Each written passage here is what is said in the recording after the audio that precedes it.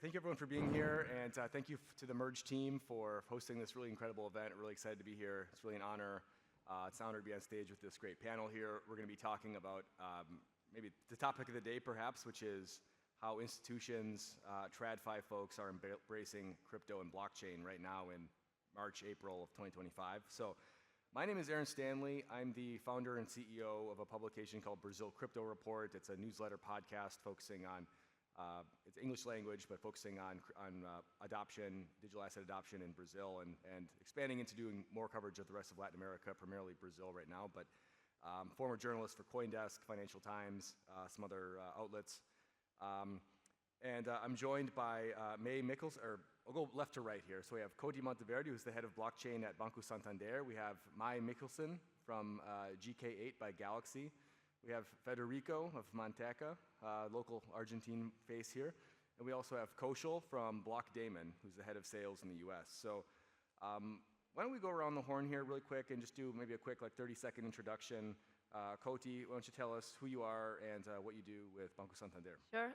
Well, first of all, thank you for inviting me to this amazing conference in Buenos Aires. I'm Coti de Monteverde. I've been working in Santander for almost 17 years, and half of that I've been leading the blockchain project's execution.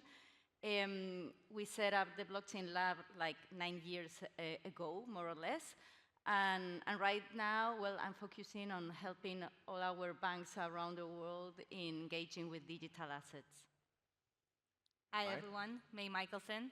I lead global sales for GK8. GK8 provides financial institutions everything they need to self-custody their own assets, providing the full tech stack, cold vault, impenetrable vault, MPC, highest insurance in the market, cold staking, cold tokenization, and we are fully owned by Galaxy Digital. Happy to be here. Amazing. Federico?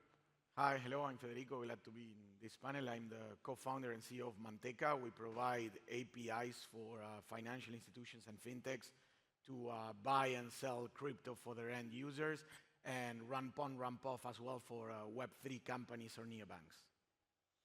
Hey everyone, Koshal Sheth, head up sales for Blockdaemon in the US. I've been with the company for almost 4 years now. Blockdaemon is a blockchain infrastructure company, so we provide fully on-prem MPC tech, wallet infrastructure, staking infrastructure, and access to blockchain protocols via the nodes and RPC nodes that we operate. Awesome. Thank you all for being here. Real pleasure. So to kick off here, we're going to be talking about kind of the big elephant in the room theme here, which in terms of narratives in crypto right now, we've hit this point where I think historically the kind of the crypto's always been kind of a retail-driven thing, right? The crypto markets have really been propelled by retail, by like degens on Twitter and kind of cartoon avatar guys on Twitter, right, that are really pushing their narratives. And we've hit this point now where it's kind of inverted. Now, crypto is becoming much more of an institutional thing, right? Where if you go on X and you look on X on Twitter, there's a lot of just sort of doom posting and people are kind of depressed and it seems like the market's kind of out of gas. But then you look on the institutional side and people are really excited about allocating to Bitcoin, they're really excited about digital assets, really excited about tokenization, stable coins, all this stuff. And it's a weird kind of inversion because up until now it's always sort of been the opposite of that, right? So both Mai and Koshal, you both were at the Digital Asset Summit last week in New York, which I think this was a really interesting event because it really sort of put on display this narrative that we're talking about here. So I was hoping we could start with you both and maybe just get some quick takeaways from like in Digital Asset Summit, for those that maybe aren't aware, this is kind of the premier maybe like institutional crypto conference like in New York City that happens each year by Blockworks. And I'd love for you both to maybe just share a bit about like what were your big takeaways from this conference? Maybe Mai, will start with you and then over to Koshal. Sure. I think the main takeaway was everybody now trying to get in. So Coti has been leading Santander for many years, but the bank in the States were not active in the digital asset space. And you see that trend is now changing. So every bank is really pushing to have a blockchain team, to have an on-prem expertise of how to better cater to their clients' needs, whether it's to offer crypto custody, whether it's to create a tokenization project on different financial offerings. And you see that mainly after Trump was elected. So sub 121 was basically and now completely deleted. And he's trying to push for regulation. He was actually a surprise guest in the conference, saying that they want the U.S. to lead the market. They want the U.S. to be the financial hub to any digital assets initiative. And you see the banks knowing that if they will not step in, if they will not cater to their clients' need, they would just lose that engagement to other players in the market. I think that was the main takeaway. Everybody is now moving, everybody trying to push for initiatives, and trying to find the right partner to do it with. Interesting. And over to you, Kaushal. Yeah, I think it was very exciting to see the change last week at the conference versus prior years. There's a lot of new entrants who have kind of entered into the crypto sphere and want to learn about what a blockchain node is, or what tokenization is, or what is DeFi. And so, there were early entrants who are moving rather fast and quickly. But there's a lot of new players now, traditional players that are quickly wanting to get up to speed. Amazing. And I think, Mai, you alluded to this, but there's been a lot of interesting regulatory changes in the US just over the last 6 months that have really opened the door for a lot of banks to begin really exploring this a bit more actively, particularly with regard to some of the Trump administration's new initiatives and rolling back some of the enforcement actions and things that were being undertaken by the previous administration that had basically, like, banks were like, it's just too risky to even touch this stuff right now. And now it's sort of open for business, right? So everyone's kind of coming back in full force right now, which is super interesting. And another interesting factor, and the reason we're talking about all this is because what happens in the US right now, and to some extent in Europe, is going to have a spillover effect into every other market in the world as it relates to crypto, especially Latin America, especially other parts of the Middle East, in Asia. So this is really why we really wanted to focus on this particular point, because what's happening in the US right now is really going to have major spillover effects over the rest of the year. But Cody, I wanted to turn it over to you, and you're based in Europe, obviously, in Spain. And Europe actually just implemented, I guess, MiCA or MiCA, there's multiple ways to pronounce it, I guess. But so this just came into effect in beginning of this year, correct? And this has had a stimulatory effect on, it's basically opened the gates for banks to start examining how can we have a crypto strategy, what can we be doing, how can we offer these assets. I'd love for you to tell us firsthand, what's this experience been like? What are you kind of seeing from the ground in Spain right now and in the European Union? Yeah, sure. Well, as you know, Santander is one of the largest banks in the Eurozone, but we have also a strong presence here in Latin America. And what we are seeing is that banks are engaging with digital assets more and more, but influenced by different factors. In the EU, it's obviously the regulatory environment. With more regulatory clarity, that means that that's removing the legal uncertainty that financial institutions had. And I mean, we all want to innovate, but in a safe way. I mean, we don't want to violate any law, and that's helping a lot. And banks are starting to engage with digital assets on the institutional custody side. We see many banks in Germany that are already announcing that they are going to provide custody services. We also are seeing a shift in the issuance of stablecoins, because also MiCA is providing clarity on how to issue and operate electronic money tokens and asset reference tokens. Already SocGen, Societe Generale, has issued their own euro stablecoin, and there's rumors in the market that banks are forming consortia to issue more stablecoins. But I see that on the brokerage and trading side, they're a little bit more cautious. There hasn't been many major announcements. So in Europe, we see that that convergence of TradFi and DeFi, that it's been driven by the regulatory clarity.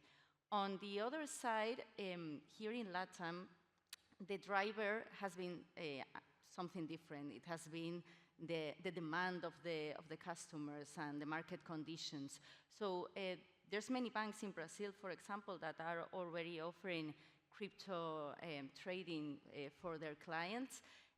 They are also engaging with the stable coins due to high inflation. So it's different reasons than in Europe, where adoption rates are lower than Latin America.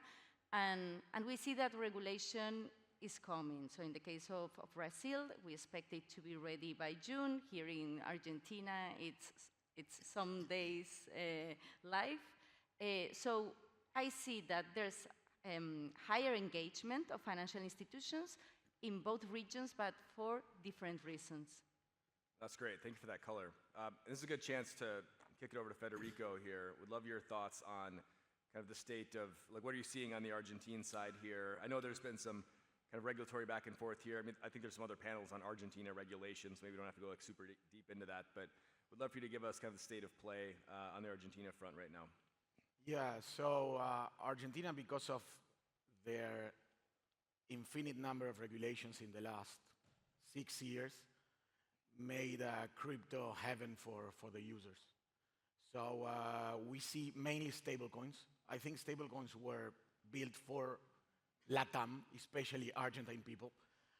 We found a way for saving, for cross-border payments, for payments, local payments as well. I think we have an amazing industry due to all these regulations. A few months ago, there's a new registration to start in what is the Argentine SEC. And a week ago, I think it was, there are new regulations coming into the market that we need to comply in order to keep offering services. So that's our current environment right now. And I think it's great now for banks to enter, at least for Argentine banks, to enter into the market. A lot of users are now trading with exchanges, even from outside the exchanges as well. And there are some banks that started to offer services to us, the crypto businesses. It was extremely difficult 2 or 3 years ago, and now it's totally open. And I think it's time for them to start offering the users at least Bitcoin, Ethereum, and USDC, USDT. And I can just add that I think many of the banks see the value of stablecoins. For example, we're taking part in Deutsche Bank Asset Management, DWS Euro stablecoin. We provide the full tech stack for that. And you see them really understanding the value of a bank launching a stablecoin with a bank reputation, with a bank trust, not another crypto company. There's many amazing ones that launch stablecoins, but really backed by Deutsche Bank. That's a different value, or Santander, or different trusted name in that industry. So I think we'll see many more stablecoin use cases in the upcoming year.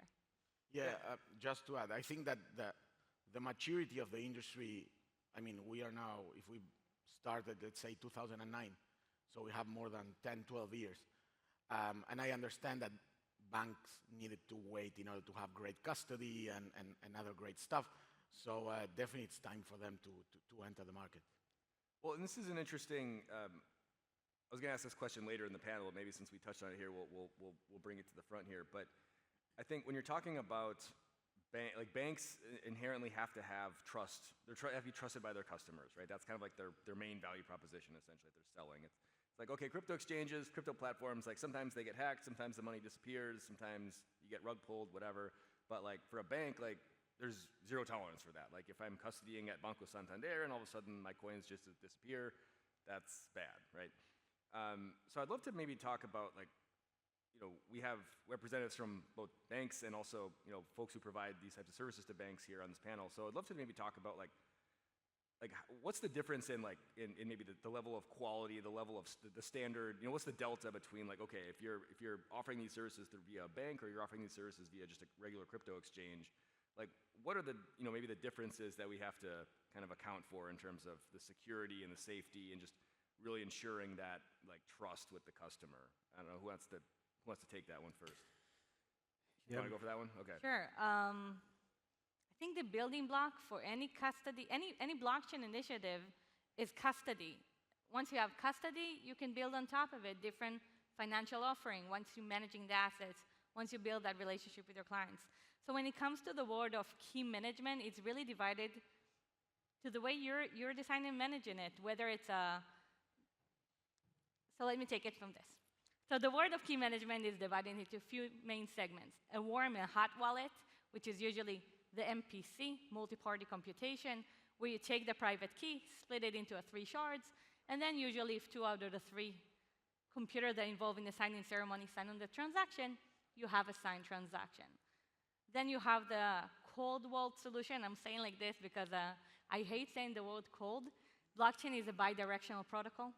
Every time you create transaction, you have to be in communication with the internet, with the blockchain to receive some updated data. Once you create transaction in Bitcoin, you need to receive the most updated UTXO, in Ethereum the nonce, and that's why those so-called cold solutions are called until you want to use them. And you have a different layer that we call it impenetrable layer, which is GK8 layer that does not need to request and receive that mandatory data. It knows how to generate everything internally. That's how we can offer the highest insurance in the market. So I'll say yes, the building block for everything is custody. It's your risk appetite, how much asset you actually manage in a hot wallet, how much asset you manage in the cold, how do you divide the two? For example, Bybit is a great example. They manage very large amount of treasury of their clients in a multi-sig environment. So from the risk appetite, it was very risky.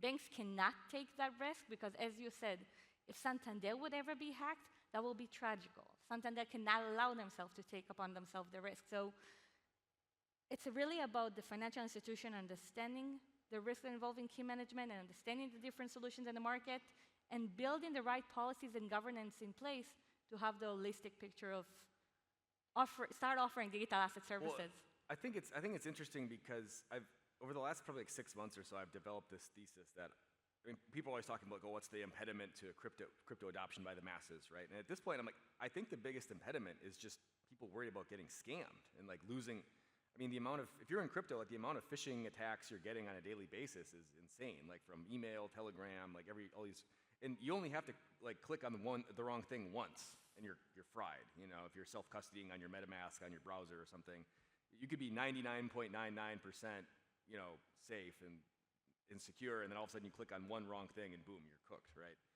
And I think, you know, and now you're getting a lot more of these sophisticated like deep fake scams where you're on a Zoom call with somebody and you think it's an actual person, but it's a deep fake, and then they're like, oh, send me your coins, let's complete this transaction. And like this stuff is getting really, really sophisticated, right? Mm-hmm. So even crypto OG players are getting scammed and losing tons of money through these types of scams. And I think this increases, the reason I'm saying all this is that it increases the value proposition for like why institutions like traditional banks need to be in this space, right? Because, you know, a lot of people are just at the point where like, I just don't really trust myself to self-custody anymore. Like I understand the whole not your keys, not your coins thing, but like the risk of me getting scammed is a lot higher than the risk of, you know, the government censoring me or shutting down my bank account or something like that. So I think this really underscores like why, you know, TradFi institutions and banks like need to be players in this space. Anyway, I'll throw that out there if anybody wants to respond to that. That wasn't like part of the planned remarks here, but if anybody has thoughts on that, would love your take. Yeah, I mean, I just think, you know, as an infrastructure player and working with a TradFi, whether it's a bank, an asset manager, there's a very rigorous level of due diligence that's done by these institutions with partnering with a digital asset infrastructure player.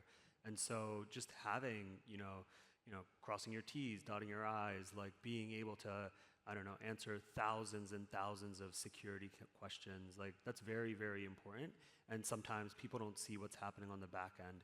And yeah, you know, that's what's kind of allowed Blockdaemon to kind of be a prominent partner to a lot of institutions. We have 3 of the largest banks on our cap table, and so we know what it takes to kind of provide those infrastructure needs to these institutions.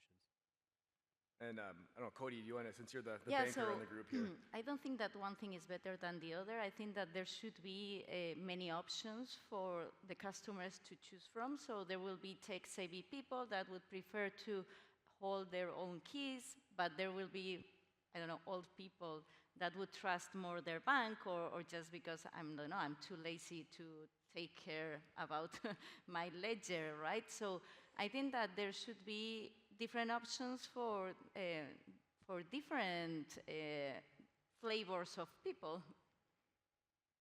Got it, got it.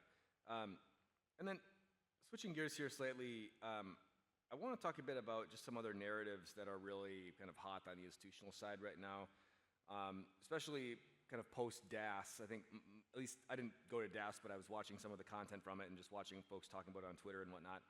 And it seems like the main things that people are really interested in right now is Bitcoin, stablecoins, tokenization. These are kind of the three things. People aren't really interested in Ethereum anymore. Solana sort of scored an own goal with this Malay meme coin stuff, which probably shouldn't talk about that in Argentina probably, but and a lot of these altcoins are really struggling to find a product market fit. So a lot of the narratives that were really hot around this time last year, like DPIN and some of these other things, nobody's really talking about this like with much enthusiasm right now.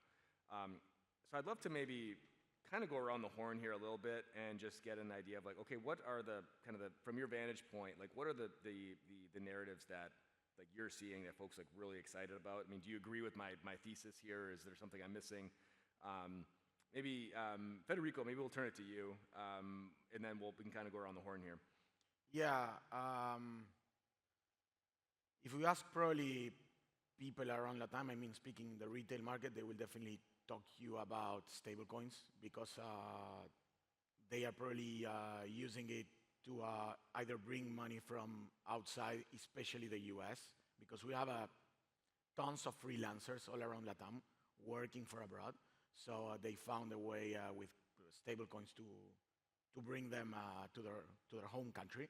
But then in the bank side, I would say that the main questions are regarding Bitcoin, Ethereum, like the big market cap coins, because I believe they understood that they are a way of investing as well as other stock and other traditional finance, and they are looking into it.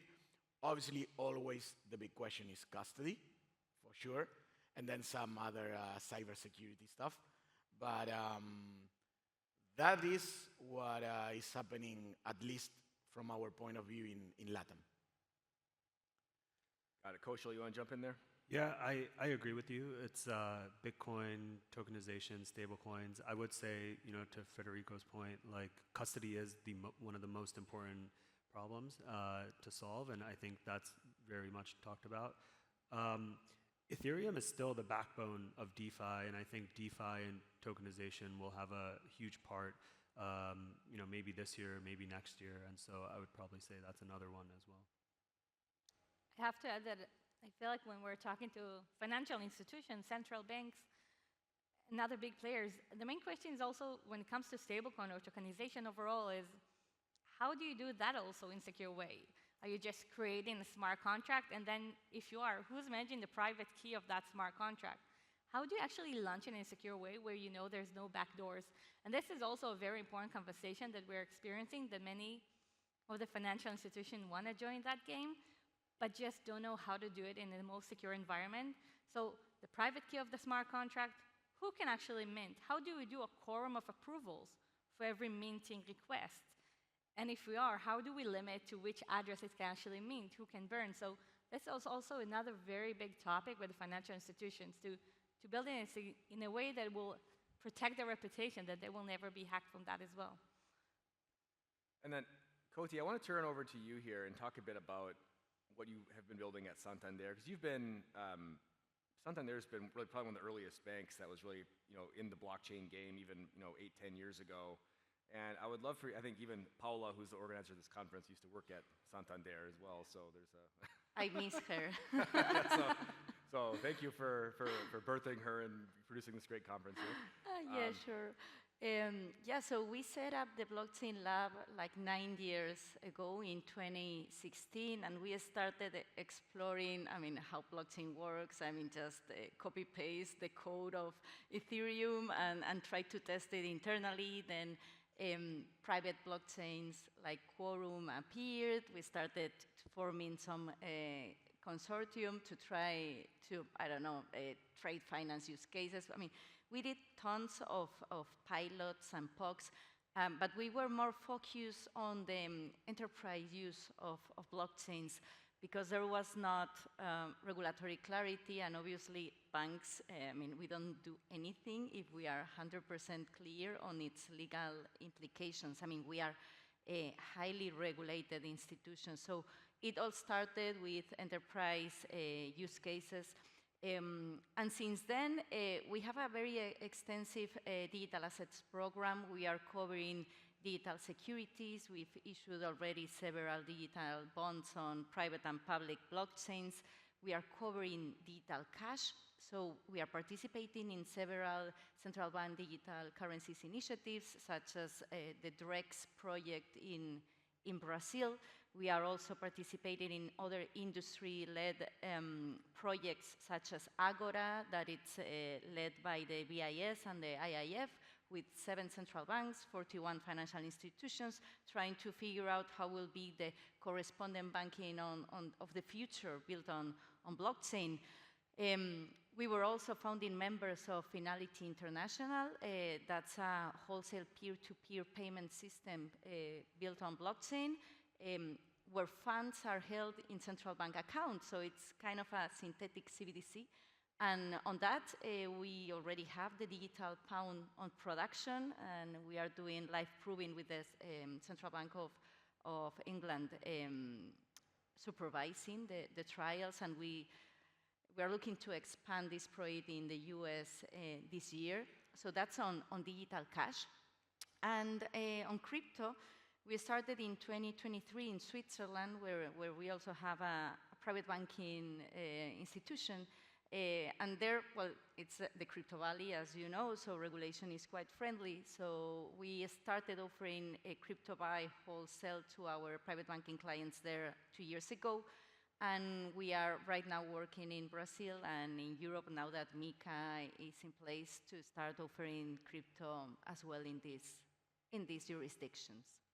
Amazing, amazing. Thanks for that color, and congratulations on really being one of the first banks to really kind of dive into this and really start exploring. And it's been a kind of a long process of trying to find out what's the value that this technology offers us, right? It's a lot of it has been a testing very and long testing and, process. But no, congratulations for being really at the forefront of a lot of these cool initiatives, like the Finality project and some of these other things. And then, so maybe I want to go around the horn here again and talk a little bit about, I mean, we're talking about, just kind of general narratives around TradFi entering crypto and what are some of the use cases and things. But I want to talk a bit about, we have some really great, both, folks here, both on the banking side and both on the service provider side. And I want to kind of go around and just talk a bit about what are the factors that financial institutions need to really consider and weigh when they're trying to decide, how do I go about finding a custody provider, or how do I, does it make sense to run my own nodes on some of these chains and offer staking services, or would like to maybe, or even just things like payment rails and on and off ramps and things of that nature. And I would love to kind of maybe go around and just talk about some I don't know, kind of best practices, or what are some of the questions that people should be asking if they're having these meetings internally or discussing with vendors and that type of thing. Maybe Kaushal will start with you, and then we'll kind of come down the line here. Yeah, I think things that institutions should look for.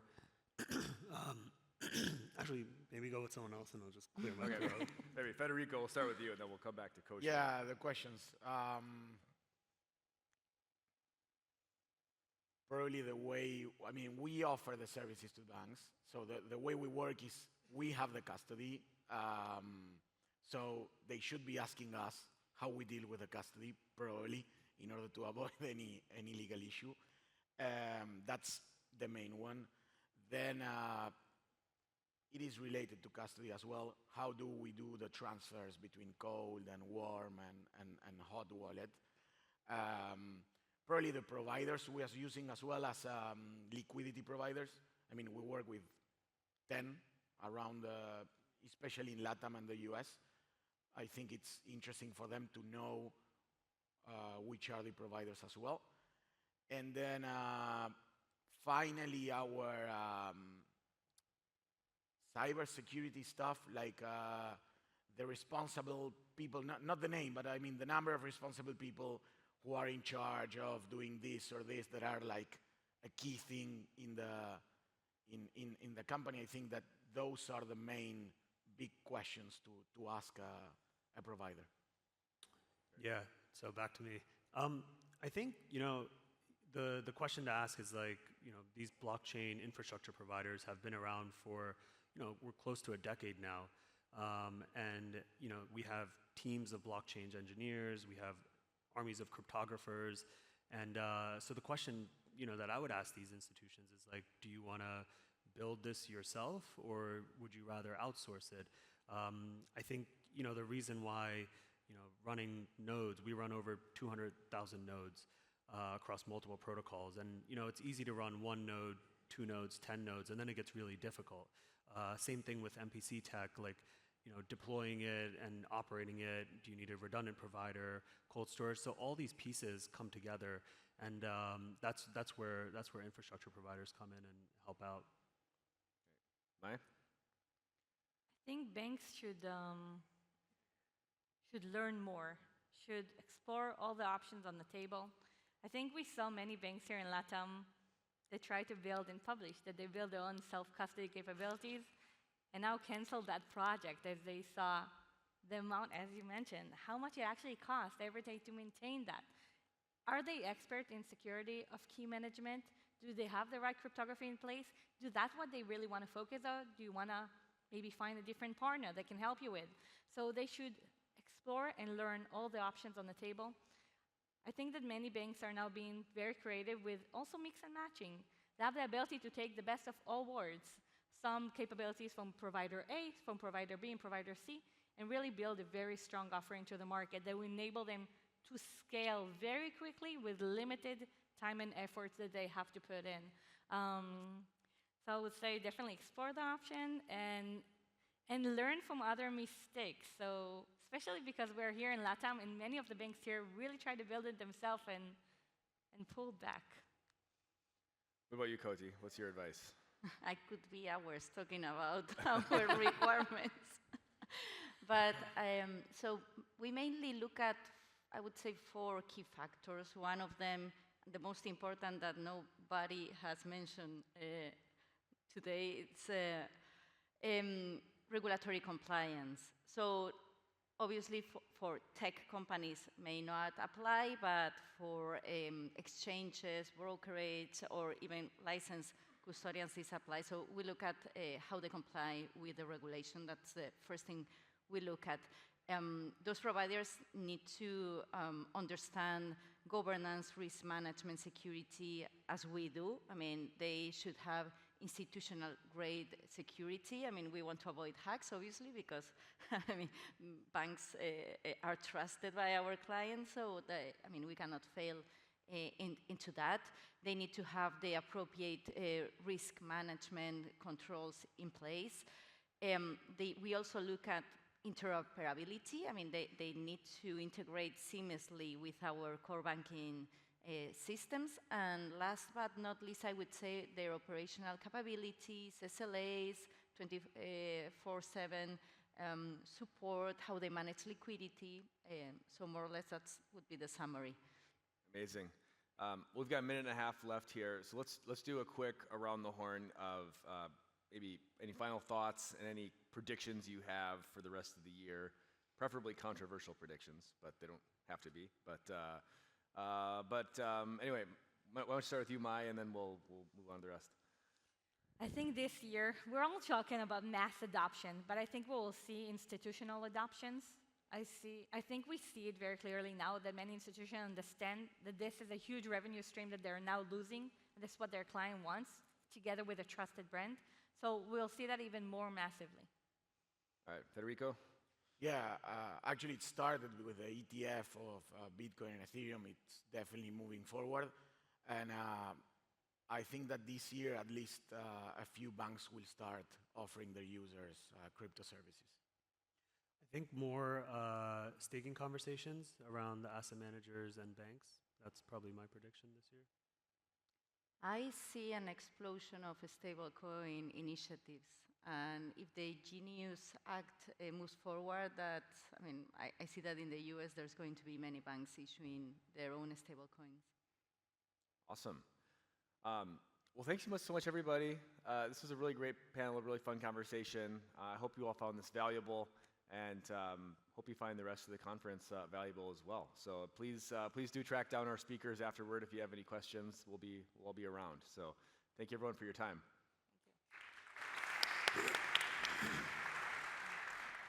Thank you, everyone. Aaron, please don't leave. I think you're staying with me for the next